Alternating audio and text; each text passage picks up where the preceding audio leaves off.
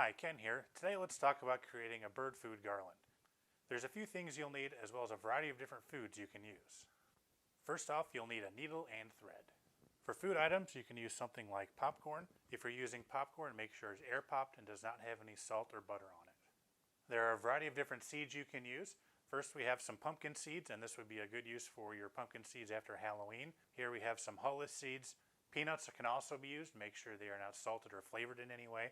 You can go out into your yard and take some seed heads from plants. Here we have some coneflower seed heads. You can also use millet sprays, and you can find these at pet stores. Finally, you can use fruit such as raisins and cranberries. First, we'll need a length of string, and you can make this as long or short as you want. Right here I am using upholstery string. This is a little bit thicker. If you're using a thinner string, you may want to double it up before making your garland. Before you start stringing your food onto your string, make sure you tie a knot at the end so the food doesn't fall off. Then simply take whatever food you want to place on there, poke your needle through it, and then string it until the end. If you're doing this with kids, have them do patterns, and this is a good way to incorporate math into this as well. And you're just going to keep putting these different food items on there until you have completely filled up your garland.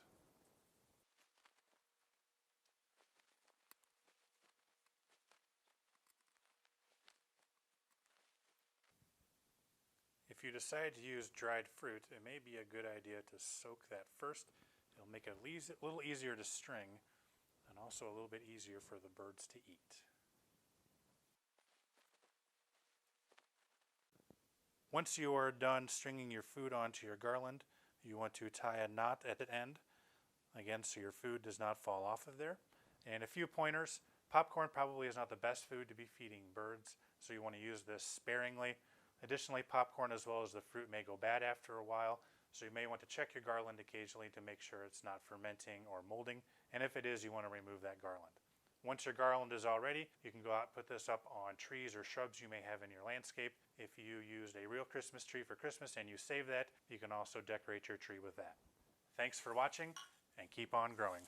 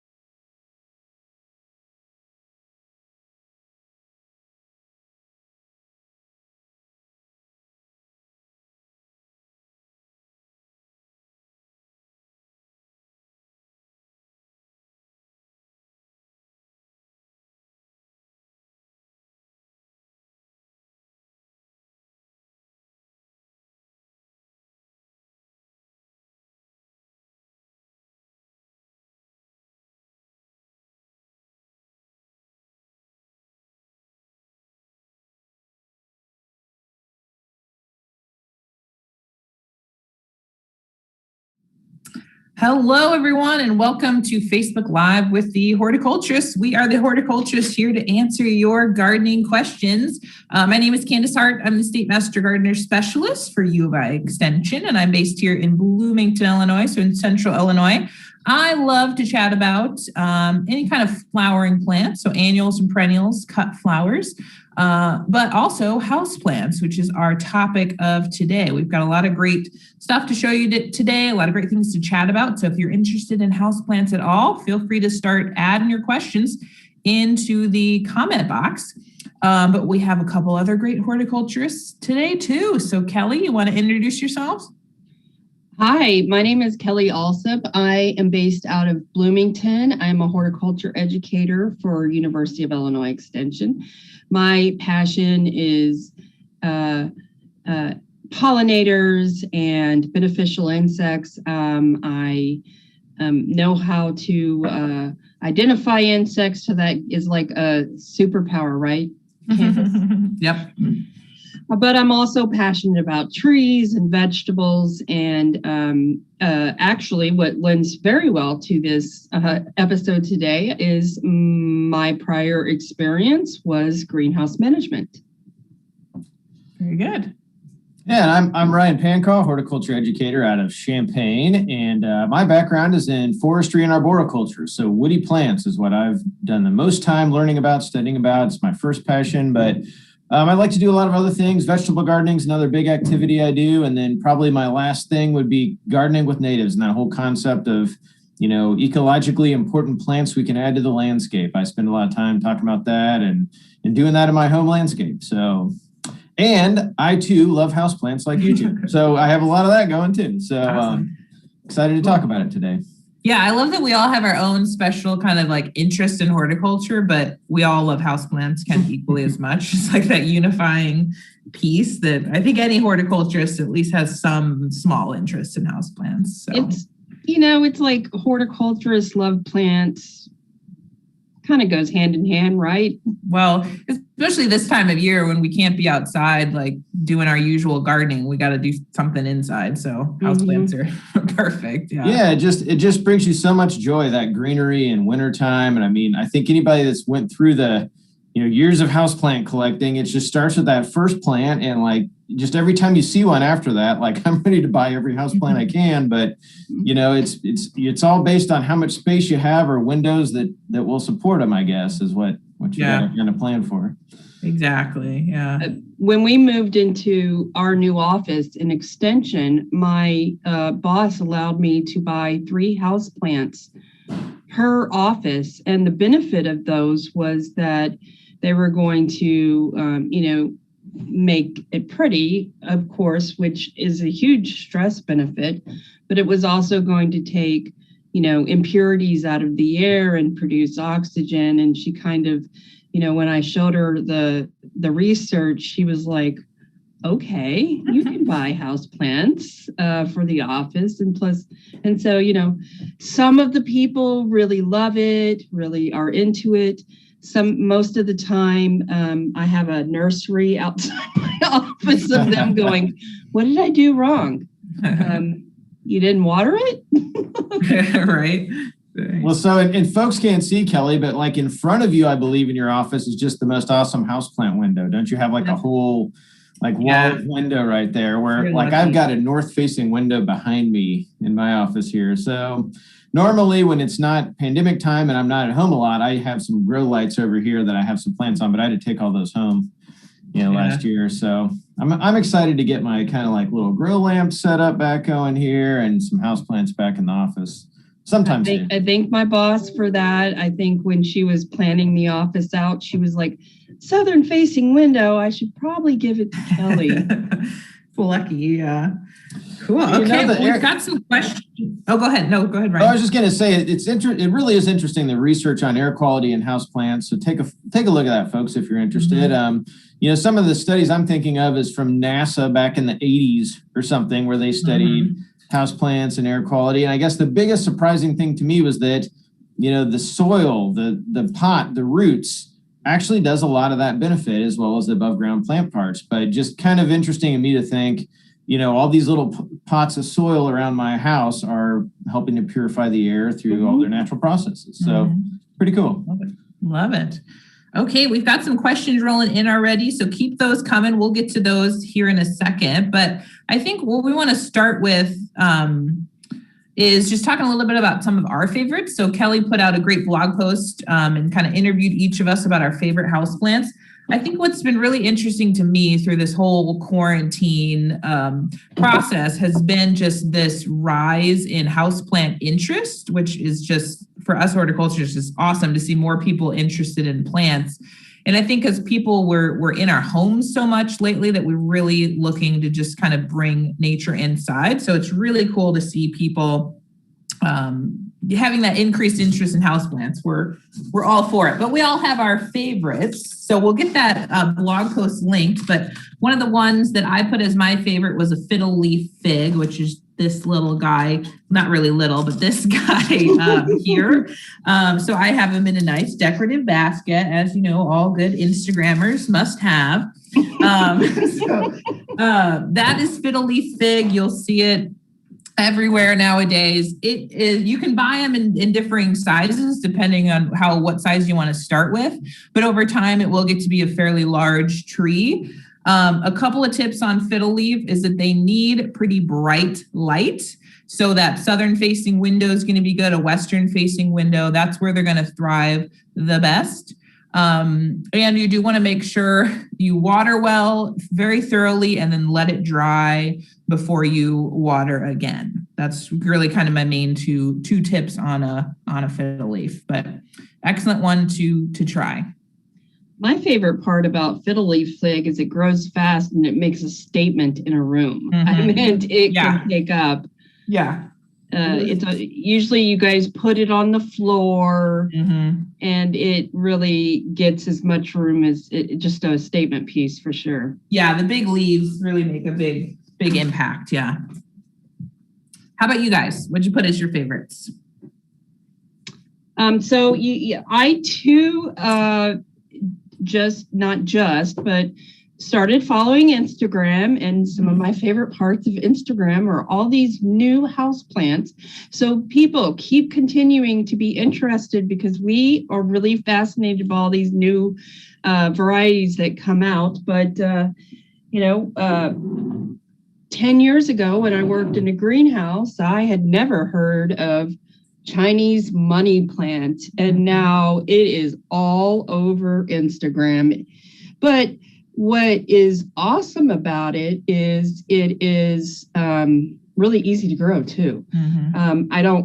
This one does not get a place in the sun. It has not reached, it hasn't reached that level of seniority yet in my office. So it is probably about 4 or 5 feet away from the window. And it looks beautiful. I love how the leaves kind of float. In the article, I called it peltate. That's when the stem goes into the middle of the leaf. Well, if you look here, it produces babies like crazy too. So I've only had it in this pot for 1 year, and it's grown quite a bit. So now I want to get some of these babies and share with all my houseplant enthusiasts. So I'm going to dig in here. I'm going to put my finger in here. Now I am going to kind of rip it a little bit. So I'm just gently pulling it out. And when I pulled it out, I got this. Do you see? So there's already roots and an underground stem and then my foliage on top. And so I'm going to go ahead and pot this up. And I'm going to take a couple more babies out and pot them up for my friends and share this wonderful houseplant. Nice. Someone asked, you said you've had it about a year, your money plant, Kelly? Oh, what size pot did you start I bought with? it in like a 4. That size probably. And it was pretty expensive because the trendy ones, they like to charge a little bit, but it could potentially be potted up. I'm not going to pot it up this year. I'm going to continue to let it make babies. I think that if I were to pot it up, it might stop making babies because it kind of likes the root bound. Hey, I'm going to make some babies. Do you guys get what I mean? Mm-hmm. Yep.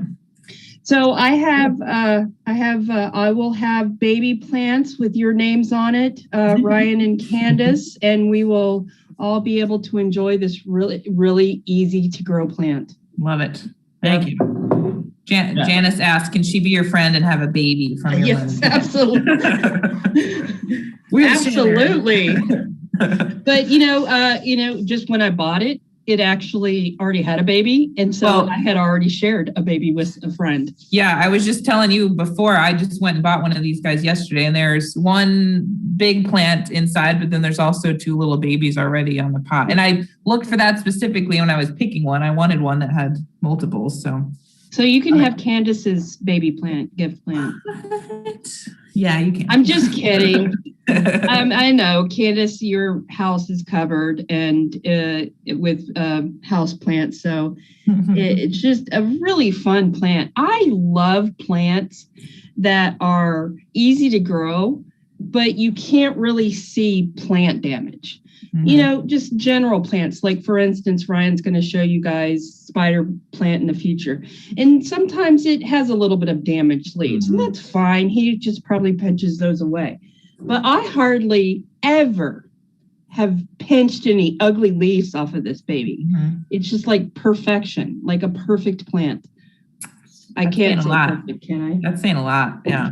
Yeah, it's like the worst of those, though, are like ferns that just drop all kinds of stuff, Yes.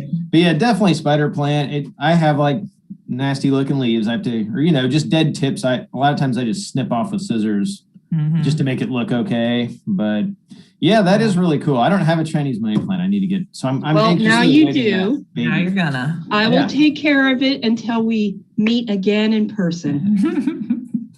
Okay, and Ryan, how about you? What was your favorite that you talked about? Well, so my favorite, and we covered this a little bit on our Valentine's Day episode when we talked about houseplants there too. We were just talking about before the show, we probably could have multiple shows every year on houseplants. There's just so many of them. But the plant that I've been loving the most in the last year or so is a large jade plant. And I didn't bring it today. It's pretty big. And it's, in my experience with jade plants, they get pretty big and they'll just kind of snap. I mean, it doesn't always have to be from somebody bumping it. They just get real heavy and their limbs are kind of rubbery and it seems like they just kind of want to break eventually.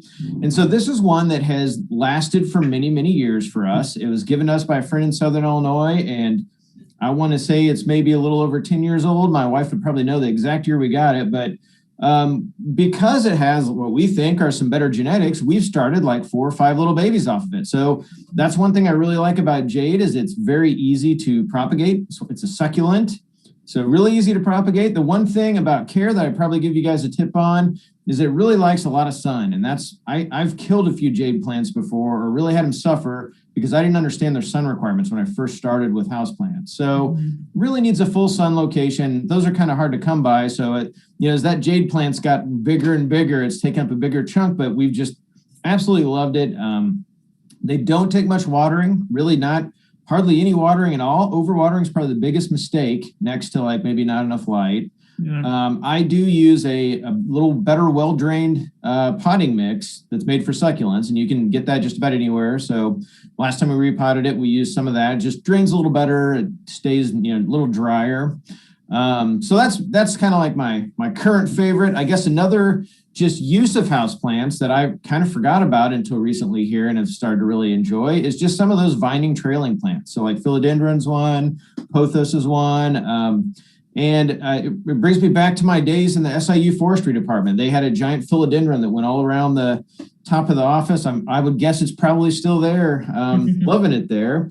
And so my wife kind of recreated that at one of our north-facing windows because there's not a lot of light, and those plants both do pretty well in lower light conditions, where it has an east-facing window that probably provides a little bit of light from across the room in the morning, and just let the philodendron grow up and around the curtain rod, the curtain rod up on the top of the window, and then we have another plant that's kind of growing up the little blinds pole thingy. And just looks super cool. Like I kind of forgot how cool like those hanging vine plants. So that's another thing that I've kind of been into here lately. But So do we want to talk about this little spider plant cutting I have here, or how are we doing on questions? Let's do some questions. We've had a couple come in, and then we'll come back to that one. So let me scroll back up here. Keep adding those questions if you have them in the comment box. Let's see. Reba asks, if the fiddle leaf loses lower leaves, will they grow back?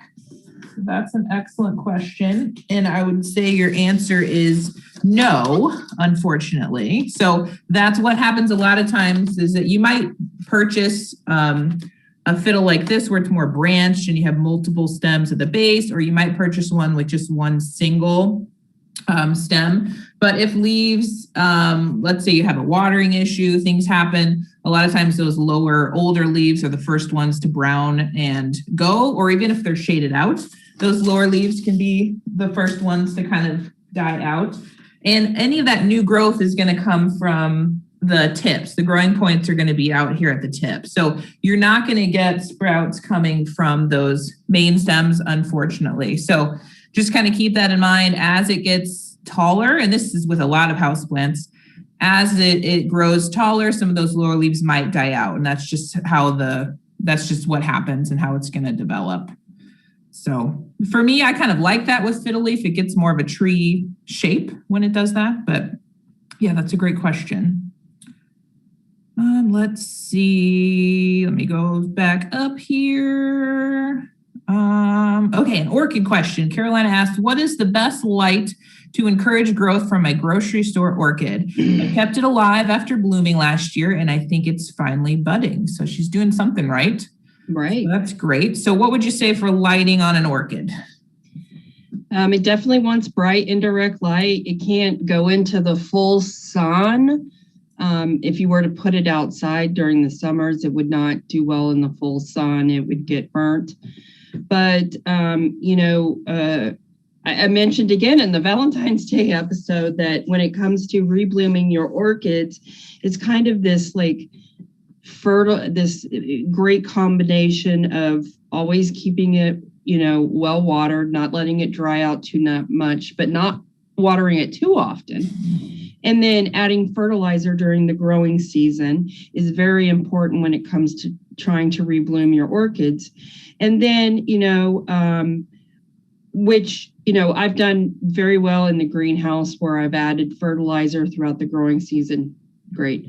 And then when I have orchids at home, they tend to bloom in,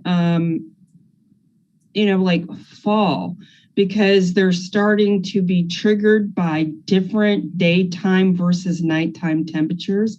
Now, I know that's complicated, which is why orchids are complicated, but you find it starts to bloom. You do what you're doing right now. You continue to, water it correctly, give it some fertilizer, and it's usually those different day and night temperatures that are going to trigger it. Mm-hmm. Yeah, absolutely. Yeah.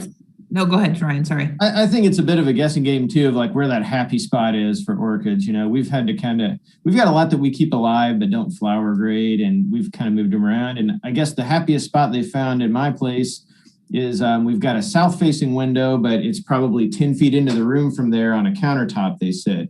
So there's a lot of light coming in, but it's not hitting them directly. And it's a really bright space. Mm-hmm. And that to me and it's in a kitchen. And so we kind of talked about this back on Valentine's Day. There's a little more moisture in the air, and that's in our kitchen. And that's sometimes beneficial to them because they like high humidity.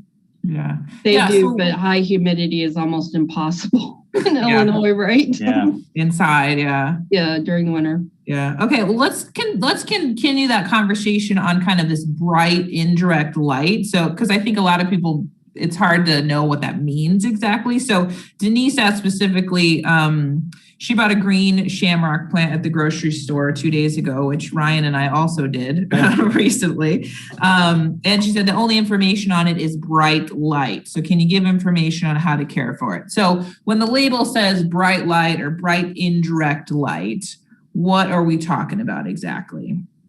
What would you tell somebody? Well, bright light would mean that you could probably put it right up next to the window. You could probably even transition it to full sun outside. Mm-hmm. Bright indirect light means, you probably want it to be, a foot or two away from the window. And so it's sort of getting indirect light, and it would never be beneficial with full sun. But most of these houseplants, really, not a lot of them, have those huge requirements of having those bright indirect light. When Ryan talked about, we love talking about ZZ plant and pothos, and I love the money plant because I don't have to worry about it having the right amount of sun, and it can be a ornamental plant in my house without me making sure it gets perfect sun. Well, a great one is in the background of your scene there, Kelly, the snake plant. Is a really great one for low light. We have those just kind of sitting wherever they sit in our house, They get some light, but they do really well with not much light at all. Nice. Okay, well, hopefully, Denise, that helps you with that shamrock. So if it says bright light, put that, we're talking about your brightest windows are also always going to be southern facing and western facing. Those are going to be your highest light windows. So that's where I would try to focus on something like that if you could. So when horticulturists buy a house and they don't have enough southern windows, they will walk away. Right? Or they will cut down some trees to get more light. Cut down some trees. That's my situation. Okay, excellent question. Let's see. We got a lot of great questions coming in. Awesome. Laurel asks, I received a potted hydrangea as a houseplant a year or so ago and just repotted it today as it was pretty pot bound. I discovered a tag in the pot, and it is a Poco Mervo, which I discovered is hardy to zone 5. Can I plant it out in the garden this spring? As Proven Winner says, it's about 2 to 3 feet tall, which is bigger than what I want it to grow inside. So yeah, if it is hardy to zone 5, you can indeed plant it outside as a perennial. I'm not familiar with that particular variety, so you might want to research that particular variety and see what the sun requirements are going to be, if it needs a full sun spot or a part sun, part shade spot out in the garden. But yeah, you could indeed. And that's what I would do, honestly. I've never had a potted hydrangea as a house plant. I've always had them in the garden. So that's interesting. Yeah. And usually when you receive a hydrangea as a gift plant, it is a florist hydrangea, meaning it will not make it through our winters. And it's basically what we call in industry a flower arrangement with roots. Yeah. Yeah.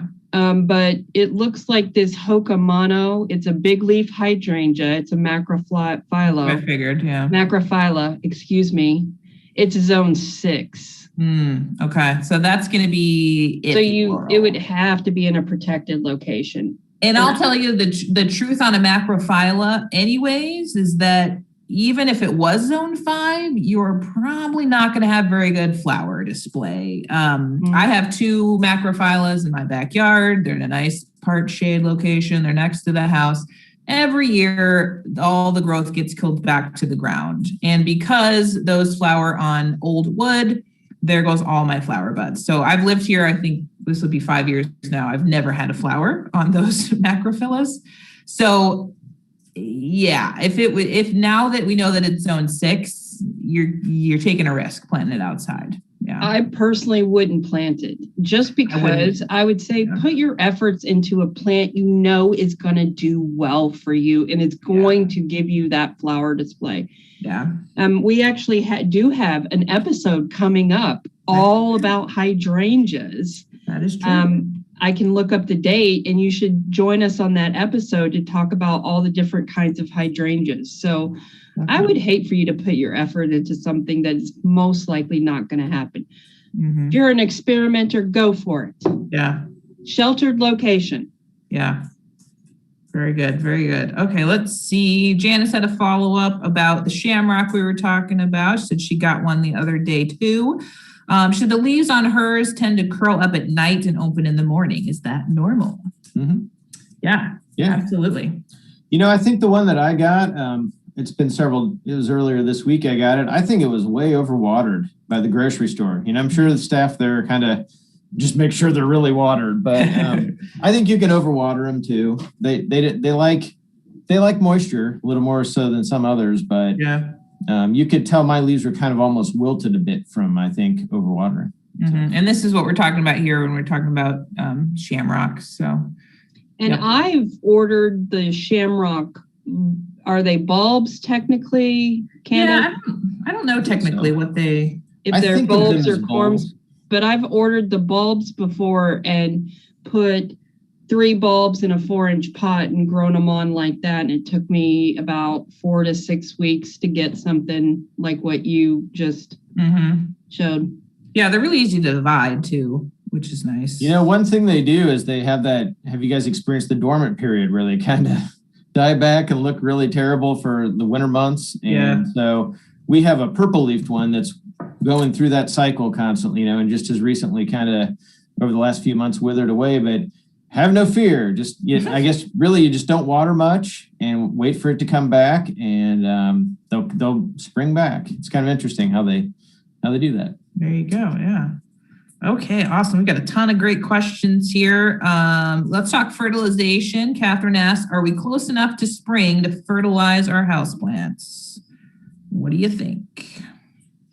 Well, I'm going to pot up some of my houseplants today. I might have waited another month had I not had this episode, just because you really want them to be starting to actively grow. And we know that they're not actively growing right now. And so when you think that your plants are actively growing, the temperatures are going to go up. They're going to start looking a little bit better. They might put on some new growth. That's when you start fertilizing. Mm-hmm. Yeah, I was going to say the same thing. I think maybe wait a month or so. Once the days are longer, things start getting back actively growing. That's when I'll probably pull out some fertilizer. And even though I have a southern window, I'm not really getting a lot of active growth right now. But as soon as you're right, April, May, I'm going to have a jungle in my office. That's what we want, right? Okay, awesome questions. Follow up from Reva. Best way to propagate the fiddle leaf then that has a long leafless trunk? So that's a great question. And one propagation technique you can try, Reva, is called air layering. So what you do with air layering, and you can do a search on our website or just a Google site. What you do with air layering is that you make a wound in the stem. So I would take like a razor blade and I would make a ring around the stem here in 2 spots. You want to make an injury so that hormones are going to move to that location. So you're going to make a wound. You're going to get a handful of moist moss, Spanish moss, sphagnum moss, something like that. And you're going to wrap that around that wound and cover it in plastic wrap to keep the moisture in. And basically what you're trying to do is get that plant to form roots in that moss while it's still attached to the main root system. So what's nice about that is that it's lower risk. Like if, for example, that doesn't work, if your roots don't start, you haven't completely cut it off the mother plant. So your plant is still living and you could try it again. So that would be the only way to propagate something like that. Or to be honest, depending on your budget, you might even start over with a new plant in a shape that you prefer. But that would be your propagation technique. Yeah. It's really hard, those plants that lose the lower foliage like that. And I guess the one that I've struggled with the most is Norfolk Island pine, where we love those, and actually we use one of those as our living Christmas tree every year. So it's nice substitute for that. But just if they don't have enough light, they don't take like direct sun, but if they don't have enough light, those lower limbs really start to die off, and then there's just nothing you can do. You've got that kind of spindly plant, but anyway. Yeah, you either kind of live with that shape, you try to air layer it, or you start over with a shorter plant. That's kind of your options there. Okay, killer questions, a lot more here. Nina asks, could you please talk about cyclamen plant care? I bought it as it's super pretty, but I don't know much about how to take care of it. I've been bottom watering it and it's by an east window. Any tips on cyclamen? We did talk about that again in the Valentine's Day episode, Yeah. the cyclamen. Again, this is one that Candace and I consider a flower arrangement with roots, because once it has bloomed, you have to go through this complicated process of letting it go dormant before it's willing to bloom again. So I don't know if that's where I would put my houseplant efforts. But there is an article that came out during Valentine's Day that Brittany wrote that told you exactly what to do to get those cyclamens to rebloom. Perfect. Awesome. We'll try to get that linked then. Okay, Laura asked, do you have foot candle recommendations in general? You can download an app on your phone to measure. I do have that in a PowerPoint slide that I could find and post in the comments later in terms of like low light is this range of foot candles, medium and high. But yeah, I don't off the top of my head, I don't, Laura, but we can get that added in the comments. That's a good question. But I like that, putting a number to it, because I've always just kind of guessed, trial and error. Yeah, I'll have to, let us know what that app is, Laura. I've never tried it on an app. I know you can purchase light meters and do things like that, but that's cool. Let's see, question here. Any hints for getting clivia, or I'm not sure if you say clivia or clivia, to bloom? I was given several. They're in a cool room in front of a south-facing window. Anything else she should be doing? Anybody grown that? I have not. That's one that I haven't really grown myself. Neither have I. How about you, Kelly? Do you have any? I remember growing it in a greenhouse. We were forcing it to have a display show, but I can't remember exactly how we forced it. So, but we could probably find a article or something on how to force clivia. Yep, we can find that for you. Okay, let's switch to some insect talk because we've got at least 2 insect questions here. One over on YouTube. Jane asked, can you address chronic whitefly? Kelly, the insect lady, what would you do about chronic whitefly on houseplants? Okay, so the actual whitefly is the actual adults are not eating the plants. It's the larvae that are on the underside of the wings, underside of the leaves. And the larvae really don't look like an insect. It looks just like this round kind of nebulous thing on the bottom of your leaves. And so those are what are they're sucking the nutrients from the plant. So what I would do is if I had a whitefly infestation and I would look for those larvae, I would, if I had a few, I might just scrape them off with alcohol on a Q-tip. If I had multiple, that plant would go into the trash can. When you have a huge infestation of insects on your houseplants, that just means it's time for you to start over. That happened to me during the pandemic. I came in and I found a bunch of mealybugs on my succulents, and I just had to accept that I wasn't going to sit here and spend tons of time treating them. But there are, some chemicals out there, some houseplants, where they add the granulars to the soil. It's taken up into the plant, and it will kill those whitefly nymphs. Nice. So it depends. If it's just a little small population, I might do the alcohol and the Q-tip, or perhaps do the soil treatment. I would, if I had tons of adults, I would put out yellow sticky cards. But just because, some of the whiteflies that actually get into houses and greenhouses don't even lay eggs on the plants. So you might just have an adult problem and not even a larva problem. Yeah, I myself have never had a whitefly houseplant issue. Obviously from the greenhouse, I remember we battled a lot, especially on, I can think poinsettia or like hibiscus. They love those, but Yeah, I luckily have never had to deal with that indoors. But, other people have mealybugs and scales on their whitefly, on their plants. When it comes to mealybugs, I would use that soil granular drench. Now, that soil granular drench will take time for it to be taken up into the plant and start killing off some of those mealybugs. But mealybugs will also live in the roots too. Mm-hmm. So you could sit there and pick all the mealybugs off or wipe them off with the Q-tip and the alcohol, and they're still in the roots. So usually if I have a really bad mealybug infestation, what's the first thing I do, Candace? Throw it away. Throw it away. Because I'm not willing to let that plant contaminate the rest of my plants. Yeah, that's me too. I know people think that plants are forever, but, I constantly give them away, get new ones, divide, take cuttings.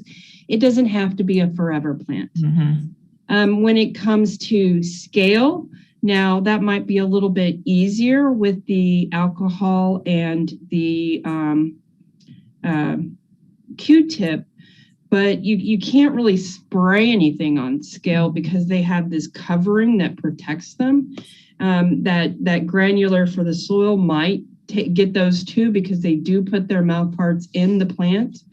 But if you just have a little bit, I might do the alcohol and try to rub them off. If I had a lot, then I would use the granular. Mm-hmm. But if it were mealybug, out. I'm not even going to deal with it. It's too difficult to. And then you probably wouldn't have these issues if the plant were outside. Mm-hmm. It's just because the plant is inside, and you probably got it from buying plants or having them on another plant you already had in your home. Yeah, definitely. And that's a good tip too, is just to really inspect anything you're bringing home into your plant collection, is to give everything a good check under the leaves and look for things like that so that you're not bringing things in. Yeah. And even though I'm telling you alcohol and a Q-tip, you can't just drench that plant with alcohol. It will damage the plant. Yeah. I mean, I'm just like, use a Q-tip. That way you're getting the insect and not the plant. Very good. Very good. And then we had a question too about fungus gnats. You want to deal with best way to get rid of fungus gnats? How would you handle that? You need to dry down your plants. Fungus gnats, the larvae live in the soil. And they're the ones that are actually harming the plant because those larvae are eating the soil roots. The adults do not eat the plants. They eat actually fungus. Surprise, surprise. They're really annoying. A yellow sticky card would help you get rid of some of those adults. But when I was in the greenhouse, I would be more preventative and treat for those larvae. But yeah, drying the plant down will kill those larvae out. Yeah. Go ahead. No, I was just gonna say, to me, anytime we get that question, a lot of times it's a sign of overwatering to start with, because you know that soil is just wet for a long period of time and you have that popping up. And I used to do this thing where I would cut a potato. Okay. A raw potato. Mm-hmm. I'd put that raw potato on the top of my soil and I'd leave it there for a couple of days and I'd turn that potato over. Now those larvae are actually coming to the soil surface to eat that potato. And that would give me an indication of how much larvae I actually had in the soil. Mm. If it was a huge infestation, of course, I wouldn't want to continue growing that plant because I wouldn't want to put those resources into it. Interesting. I've never tried that. Cool test. You're probably a good waterer. Well, yeah. I tend to be on the underside of watering things, so I don't ever have fungus problems. Better than overwatering for your plants, actually. Yeah. I mean, once they go crispy, they don't come back though. True. You can go too far. Yeah. Crispy is when you're done. Yeah. A little wilty, you're good. Right. Exactly. Okay. Let's see. Question here from Therese. I have a pineapple plant that I started from the top of a pineapple. It's a couple years old and grown to almost 3 feet tall. Any suggestions? I only water it once a month. So sounds like you're treating it as an awesome house plant, Therese, but from what I remember, if my memory serves me right, In order to get that to actually flower and produce a pineapple, you would need to give it an ethylene treatment. And hopefully you guys are in agreement with me, but I think this is what it takes. So I've seen, I've never done this myself, but I've seen people, they will bag the pineapple plant and they will put something like ripening bananas, a type of fruit that's going to be putting off ethylene into the bag to try to induce that to flower. But I'm pretty sure it needs some type of ethylene treatment in order to actually get it to produce. I just looked it up. You're right. Sweet. My memory was correct. So Teresa, you could just keep growing it as a houseplant and enjoy it. Or like I said, if you did want to try to get it to produce a pineapple, you're going to need to do some treatment there. Either way, it's a fun experiment, I think. I think it would be fun too. Now I want to go get one. So it's only 4 days. You do that for 4 days. Okay, perfect. There you go. There you go. Okay, let's see what else we got here. A comment to join your local plant group. And I was just telling these guys ahead of the call. So we have our Extension Horticulture Facebook group, which is great to join and ask questions and share your houseplant love. Or there's also a lot of local Facebook groups out there too. So I'm in a local group. So definitely reach out if you're a houseplant nerd like us. There's others of us out there who like to gather and talk about houseplants. Let's see. Great question here from Laura. Do you put a lot of your plants outside in the spring, summer, fall? And if so, any plants that you recommend not putting outside? So I know I've mentioned this before. I move quite a bit of mine outside. I was talking about orchids on the last show and how I always take those outside so that they can get that natural day to night temperature fluctuation. And for the most part, I do that on my covered porch and I do that on my back deck in the kind of shaded area that I have underneath my tall maple trees. The only ones that I put out in like full sun straight outside are my succulents. I put those out every season. The big thing to keep in mind when going from indoors to outdoors is to slowly transition. So I've made this mistake many a time where I will take, let's say, my succulents that have been in the garage all winter with very limited light conditions, and I'll take them straight out to the deck in full sun. And you know what happens is that they get sunburnt every single time because it's a very drastic change. So my suggestion is if you do want to try that, to slowly transition those by either taking them outside for a shorter period of time and then bringing them back in, or taking them out to a full shade location to start with, and then slowly transitioning them to more light. How about you guys? Do you ever put any of yours outside? All the time. Yeah.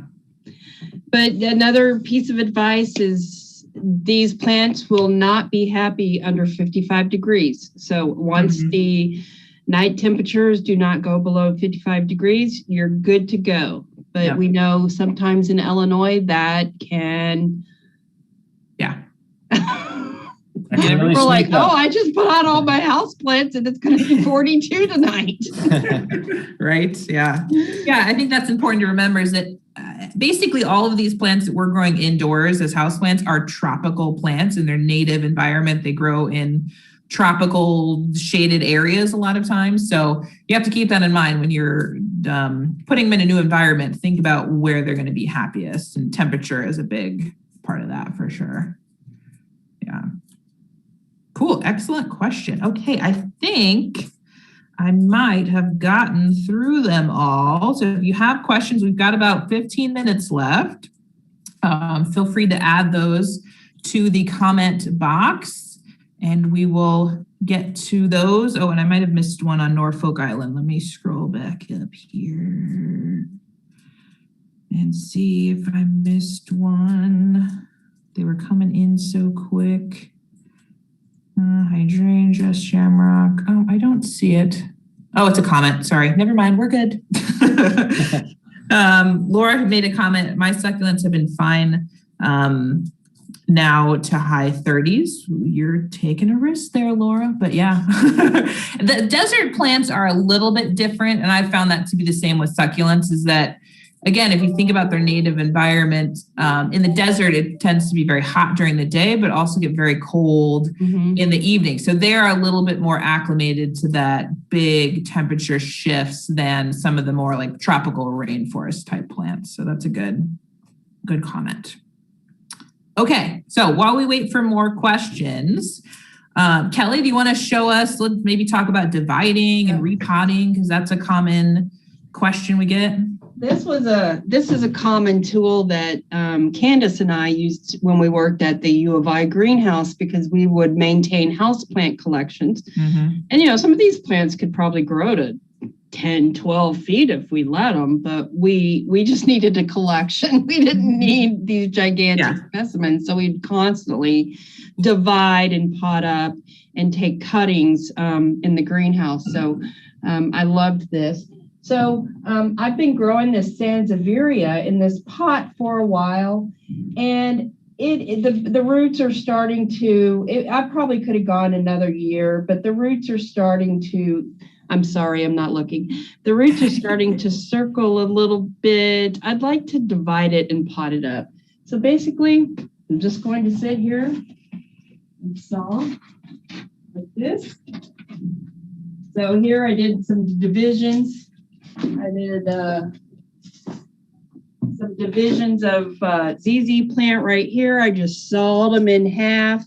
I might even, you see the bottom, I might even saw some of that bottom portion off just to, regenerate those roots. And then I'll go ahead and pot it up. Here's, another division.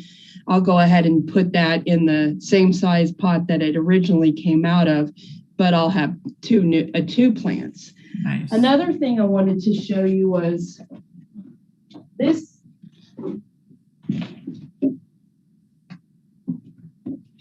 This plant, which is a Thanksgiving cactus. I mean, I abuse this plant and it continues to flower for me. It actually has flower buds on it now. Nice. And it's been blooming for 6 months now. Yeah.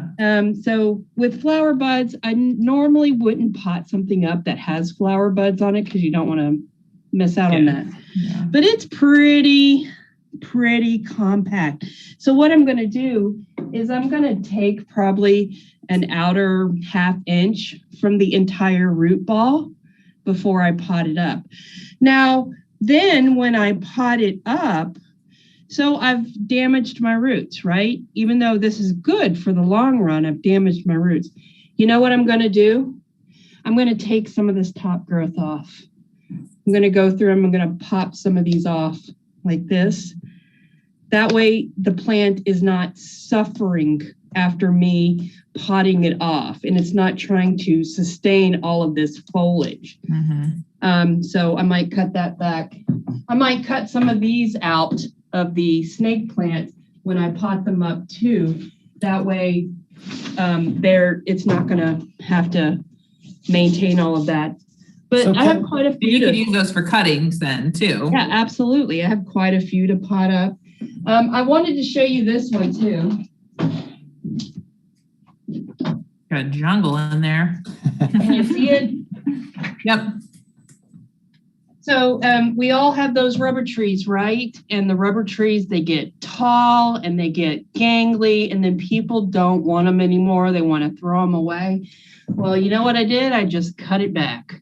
I cut it back to a node. I went back to where a leaf meets the stem. I already have new growth coming out.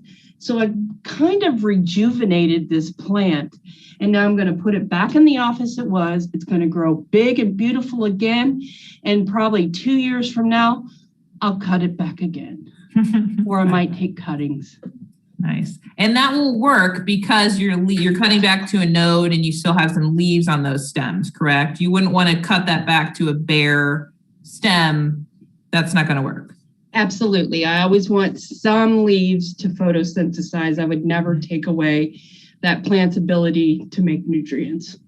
Very good. Hey, so Kelly, back to your Thanksgiving cactus. What percentage do you think you'd pull off of the foliage, just to give folks an idea of about how much you're going to remove? Half. About half? Yeah. Yeah. Okay. I just, find that when I pot stuff up and it has a lot of top growth, if I don't cut it back, then it's going to wilt and I have less of a chance of it going through the transition. Mm-hmm. But that plant, it's not going to, I take the top growth off, it's not going to show, it's going to be gangbusters next year. Yeah. And Janice has a good question along those lines. She said she's got a very abused Thanksgiving cactus too. Probably went months without water, but there's one little branch that's decided to keep going. So she's asking, should I keep tending it to see how it does, or should I just pitch it and start over? Now that Kelly has told me that plants are not forever. I would do one of two things. I would take it out of that pot and pot it down. Mm-hmm. If it's in a 6-inch pot, find a 4-inch or a 3-inch pot, because it has lost its roots and all you're going to do is overwater it from now on. So I would loosen all that soil, find just the roots, pot it up in new potting soil. It'd probably be fine. Otherwise, the beauty of Thanksgiving cactus is they will root from cuttings. Mm-hmm. And these are leaf cuttings, not even stem cuttings. So I can take this little piece, put it in soil, put the bottom part, and then there'll be a little plantlet come off of it. Or it might even do little roots at the bottom. It's done different things for me. Yeah. Now that's more time. Yeah. But I encourage you that if you have a plant that loses major roots because it was underwatered, pot it down, and that is a great way to save it. And that leads an excellent segue into this next question, which is something I want to touch on. Laura asks, when you choose a new size pot, why do they recommend only going slightly bigger than the existing pot or root ball size? And just like you said, it's because it's so easy to overwater. When you have this huge mass of soil area that's not filled with roots yet, it tends to hold water for a long period of time. Is that what you would say too? Yeah, here I have another thing. You see this pot? Pretty big pot, right, Ted? Would we ever put this in there? No way. Yeah. Never. However, if we had 5 of these, it might help with the soil volume. I wouldn't put the jade in here anyway because jades tend to like more shallow dishes. Yeah. But if I'm going to plant into a large pot, I'm going to plant multiple plants rather than just one right in the middle that's going to take forever to fill out. Mm-hmm. Well, and I would say too, don't be afraid to leave it in the pot that you got it from at the garden center too. So, for example, I think we'll run out of time to talk much about containers, but I've got this jasmine to add to my collection the other day. And I could go ahead and take it out of this pot and add more soil and pot it into a kind of a finished container. But in reality, what I'm going to do for a while is just leave it in that pot and just set it inside a decorative pot. Because if it's not pot bound, if it's not root bound in this particular pot, I can leave it in that container for even longer before I need to start going up to the next size. And if she were to put it in a pot to the next size, it'd shock it and she'd lose the flowering. Yeah, exactly. So don't feel like you have to immediately pot things up right when you bring them home. So, and if you do, only go up one size. Absolutely. Okay, let me get through these. We got enough questions, I think, to get us to the end. So we've got a 4-H'er watching. Hi, Kat. Thanks for joining us. She keeps killing African violets. What is she doing wrong? Any tips for African violets? They do not like being potted up. They don't like being overwatered. They actually do not like cold water temperatures. So one of the things you could do is let that water get to room temperature before you water it. Yeah, and definitely they tend to like bottom watering as well if you're not doing that. So keep the water off the foliage, warm water. Yeah, and I find too, once you find a spot they like, they'll just thrive.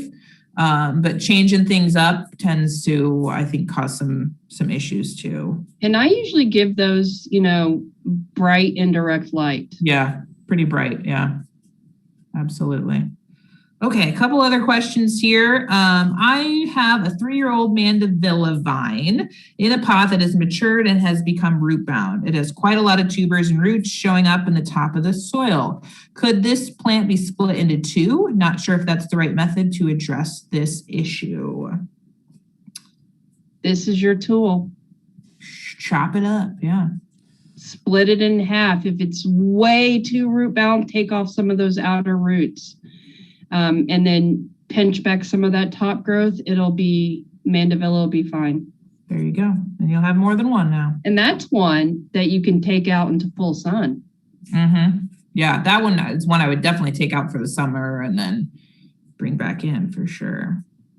Let's see, question from Sharon here. What is the cause of yellow wilting leaves on a 3-foot bamboo plant in the winter? It could be several things. Could be a lighting issue, could be a watering issue. It could be it's winter and the days are short and it's cold issue. I in particular have not grown bamboo. Bamboo much. How about you guys? Me neither. Yeah. I mean, I've grown it in the water. You know how the bamboo comes in water and it has all the roots. Yep. After a while, plants can't grow in water. They need some, they need some nutrients from the soil to help them make their own food. But I wouldn't worry about it personally. Is it root bound? Did you say? I'm sorry. She did not say. She just said that it's 3 feet in size. So it's a pretty good size. I just feel like I've been monopolizing the answers here. Very good. Yeah, I was a greenhouse person, though. I think I would say the same thing. Is just I wouldn't worry probably quite yet. I would kind of keep an eye on your watering schedule and kind of wait till spring and see if things improve when the days are longer and the temperatures start getting warmer and comes out of dormancy a little bit. Because, a lot of plants, we're just basically keeping them alive. They're not thriving. Right. Even if you have the perfect conditions. Yeah. We're not a tropical rainforest. So no, we're not. Yeah. We're doing what we can.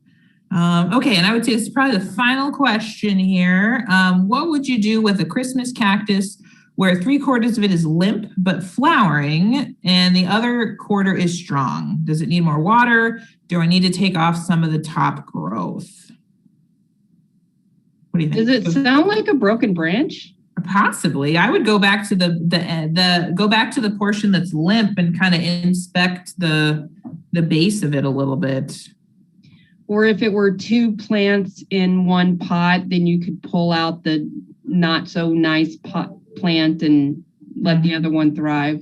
Yeah. And it's possible. It sounds like the limp part of the non-healthy part is the one that's flowering, and that's probably just kind of a survival mechanism essentially.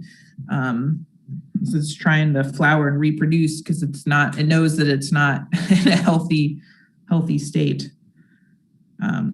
But honestly, for Christmas cactus or Thanksgiving cactus, I probably wouldn't worry too much. They are pretty darn tough in my experience. And I've had many of them where they've gone super limp and really thin leaves and they come out of it eventually. Hey, Candace, you're supposed to be the expert, not the plant abuser. Oh, I think we could all surprise everybody by how many plants we have killed ourselves as horticulturists. I know everybody will be We're not afraid to kill some plants. I have a problem with a plant. I killed it. I don't have a green thumb. You have a green thumb, Kelly. Oh, Kelly has a green thumb because Kelly grows thousands of plants and kills hundreds. Exactly. You killed one. I think I have a worse track record than you do. Our chances of survival are higher because we have more plants. I always say this, when you grow a plant and you fail at it, don't stop trying. It could have been something that was wrong with the plant from the very beginning. You had the wrong conditions. You had the wrong soil. You had something. I mean, that's Ryan, right? What did he say about the jade plant from the very beginning? He totally messed him up in the beginning, but now he's gotten good at it. Yeah. But it took him a while. Yeah, it's trial and error. I mean, it's trying to learn from each one you kill. You know, that's what I usually try and do is figure out why and try something a little different next time. Yeah. And if you have questions or pictures of your houseplants, you can upload them to that Facebook page, and there will be tons of people come in and give you possible ideas. Yeah. We'll get a link for our Extension Horticulture Facebook group in there for you, so you can check that out. You can add photos, you can ask questions. Our Master Gardeners would also be a really great resource too. You can reach out to your local extension office and ask a question of the Master Gardener Help Desk, and they are well versed in houseplant questions. So there's lots of ways to get help out there for sure.